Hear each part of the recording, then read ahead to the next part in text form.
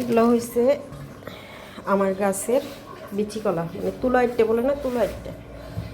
বাড়ি থেকে কিছু বিচি কলা আনছিলাম, তো ওই বিচি কলা দিয়ে আজকে একটা রেসিপি করব। আর এই রেসিপিটা কিন্তু আমার শাশুড়ির থেকে শেখা, কারণ উনি যে ওনার বান্ধবীদের বাসায় গেলে ওইখানে অনেক বেশি বিচি কলা থাকতো, তো দিত।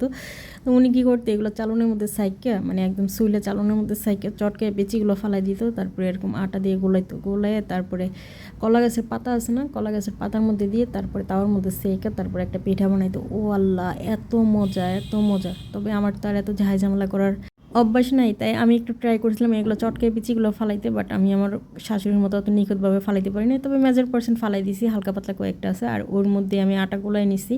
তারপরে কলাপাতার কোথায় পাবো, কলাপাতা ছাড়াই ডাইরেক্ট তাওয়ার মধ্যে তেলের পোছা দিয়ে তারপরে আটার ডোটা দিয়ে তারপরে চামচ দিয়ে একটু স্প্রেড করে দিয়েছি, একটু মোটামুটি রাখছি, গাদল গাদল। এটা খাইতে কিন্তু অনেকটাই মজা লাগে, তবে কলা পাতার ভিতরে দিয়ে বানাইলে আরও বেশি মজা হইতো, অনেক বেশি টেস্টি হইতো। তো আল্লাহ হাফিজ বন্ধুরা, সবাই ভালো থাকবেন।